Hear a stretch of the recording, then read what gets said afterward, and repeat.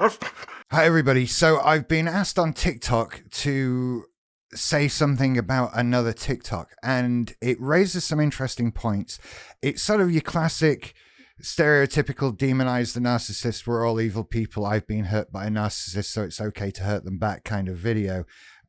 We've seen that kind of thing before, but it does raise a couple of interesting points, and the guy does ask a couple of questions to which there are answers. They aren't the answers he wants them to be, I don't think, but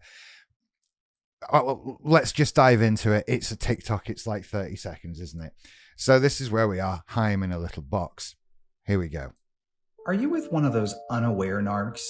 You know, the ones that claim they have no idea what they're doing or how badly they're hurting you. They don't realize how wildly abusive and destructive they are. They don't mean to be that way. They just can't control themselves, you see. Okay.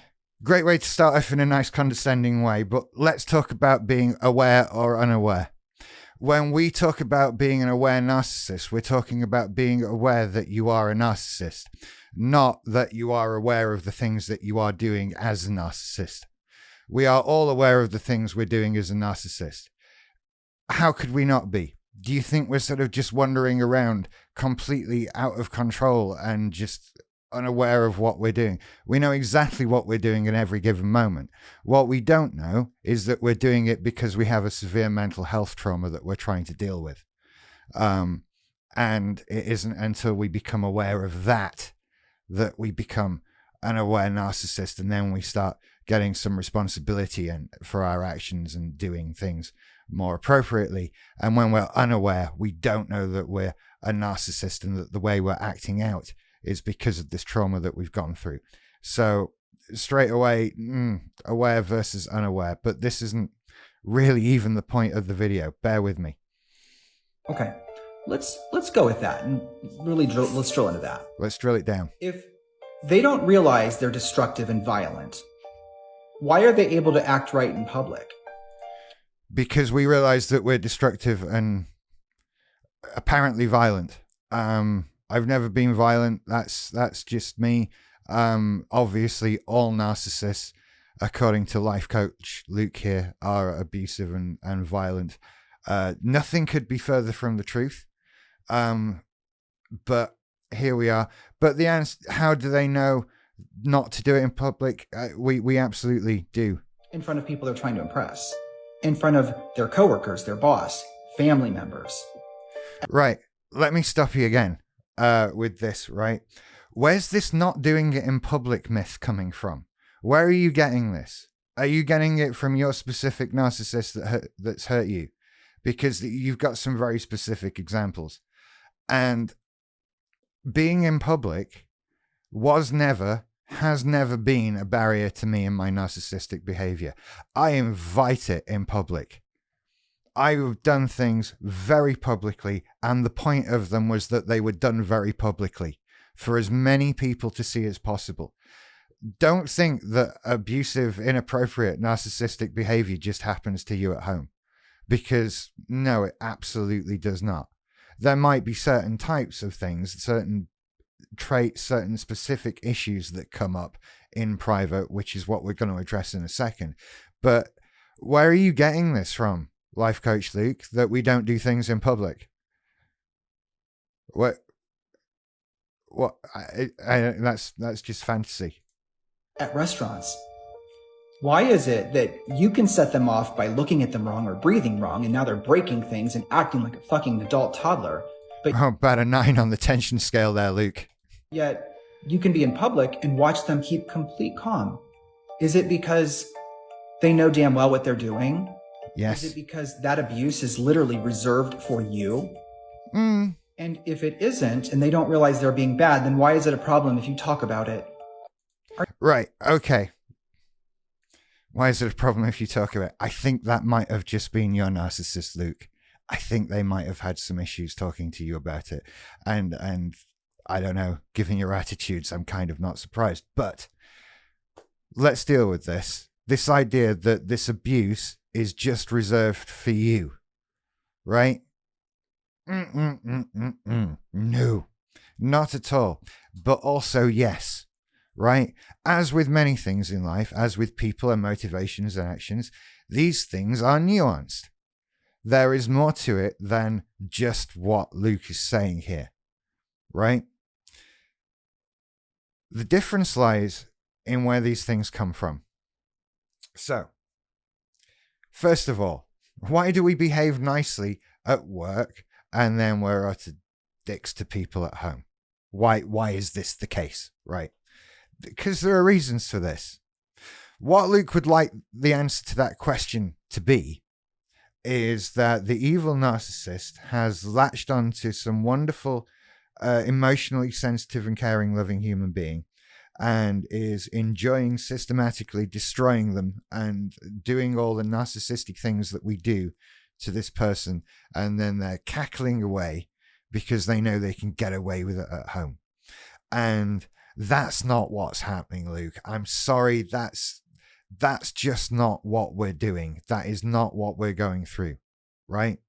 Now, all narcissists behave differently. We all have different traits. They all play out in different ways for different reasons. It is impossible to say how we all behave. It is impossible to say what we all do or what we all will do or what we all tolerate or not tolerate, how easy we are to trigger with things, all of this, right? Luke's clearly been through some trauma here with someone that was very easily set off. And he feels that this was abuse that was reserved just for him. Now, I can't blame someone for feeling like that. I totally get that. You're seeing abusive behavior that happens just to you in private, right? But what we need to look at is the motivation behind this. What is this behavior really? And why is it coming out when you're present and only you are present? So first of all, yes, we know that we can't get away with certain behaviors in public. We know that there are certain things that are appropriate or inappropriate in different contexts and different surroundings with different people.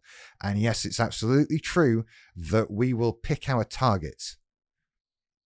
We will absolutely do that because we need to know that we are safe to act out. We need to know that we aren't going to be challenged or beaten in some way. We need to be able to get out what it is we're getting out. And what we're getting out is the important part. Because the belief is that what we're getting out is just evil, just abuse, just I want to hurt somebody. And that's the bit that is totally wrong. What we're getting out, what is coming out of us, is a trauma response. It is extreme, total, traumatic pain that is coming out of us. And it is coming out of us in a really horrible, inappropriate, harmful, hideous way a lot of the time. Not exclusively, but okay, a lot of the time. I'm not in any way saying that the way we act in those circumstances is correct or appropriate. We do some hideous things. It's a thing that we do. It's a trait of us. And I totally accept that. But what we're not doing is doing it to you. It's not about you. It's got nothing to do with you. You are collateral damage in this equation. You are the poor, innocent bystander that doesn't deserve any of these things that are happening to you, but nevertheless, they are happening to you, but it's got nothing to do with you. The reason they're coming out for you is because you're the safe space. You're the place where that pain that is trying to come out of the person with NPD can't come out right and comes out as all this horrible behavior. And we know that if we do that at work or in the restaurant or on a plane going on holiday or whatever, we know that the results of that are going to make life even worse. That, we could lose our job, all of that. We know about that. But we get into this state of mind where if we're doing it at home, if we're doing it with a person that we don't believe is going to leave us or abandon us, then this pain can come out. And from your point of view, that looks like someone is reserving abuse just for you. Of course it does. Because in a way, yeah, that's kind of what they're doing. But in actual fact, you are just the target. the thing on the wall to aim at. It doesn't have to be you. It's nothing to do with you personally. There is unresolved pain, so much pain to come out. And as I've said in previous videos, the narcissist is telling you what that pain is. They're trying to be clear, clearer than they know they are. Because they don't realize that that pain that they're going through is causing them to act in this way. That's where the disconnect is. My behavior is how I'm behaving. And to them it seems right. It feels correct. It's the way things are done. It's the way things should be. But it's being caused by pain, by emotional harm that is trapped deep inside and cannot find a way out. They've been through some sort of PTSD level event trauma in late adolescence.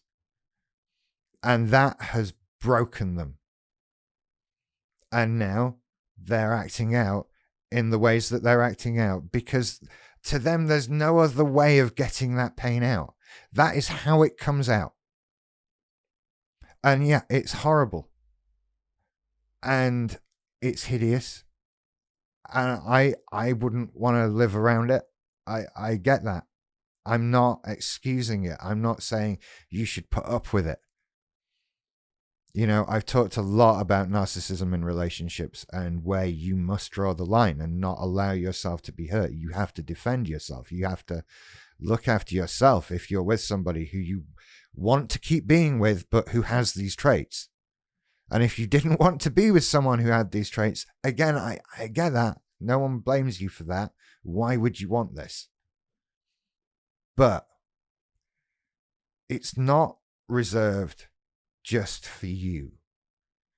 The evil narcissist is not sat plotting all day, cackling away thinking how they'll abuse this poor sensitive little creature that has fallen into their clutches. We don't need to put, what is it called on TikTok, suspense horror piano and music box music under our videos to talk about how horrible we are. And don't forget, the problem with what is called narcissistic abuse is that it hurts absolutely everybody involved with it. It's not pain that is necessarily directed at another person. It's pain that comes through you to another person. And it makes things worse. Because we're doing it to somebody we care about. We're hurting them. We can see that. We don't want to hurt them. We just don't want to hurt. And we don't know why we hurt. And this is all just coming out. And we can't stop that. We can't behave appropriately because we've not learned what that is. We've just been living with this pain forever. And we've not had that chance to learn the appropriate responses to things, the appropriate ways of doing things. We don't know how to say, I hurt, can you help me, please? So we control, we shout, we rage, we smash shit, we gaslight, we do all these other things. And we tell you what it's about. The thing we're complaining about. Are we angry about money? Are we angry about how things look? Are we angry about mess? Are we angry? What are these things we're angry about? What actually does set us off as easily as it might be? What are those things? We leak all the time. The thing we pick on is the thing we're most upset about and insecure about ourselves. And so it's easy to figure it out what it is, but we don't know. It takes so much work to chip away through that wall to figure out, hang on, I'm in a great deal of pain here, and this is making me treat other people horribly. Some of us never get there. But it's possible to do. We're talking about a whole group of people with severe mental health difficulties. And it doesn't diminish the pain that we cause. I understand that. It doesn't excuse it. It doesn't make it all right. But we're doing what we do because we are broken. We are traumatized in the most basic medical sense. And so we act out. This abuse isn't reserved for you. It's nothing to do with you. It's nothing to do with you, except you're the person that we want to be able to help us. Every bit of narcissistic behavior is a little mini cry for help. And so we save the loudest cries for the people that we think will hear us. And those cries come out and just hurt people and make them not want to listen to us, make them not want to help us because we behave so awfully. And then we just get angry about it. We get hurt and, put videos on TikTok about what evil people we are. So that's the thing. I hope that answers some questions. You take care. I'll see you later. Bye.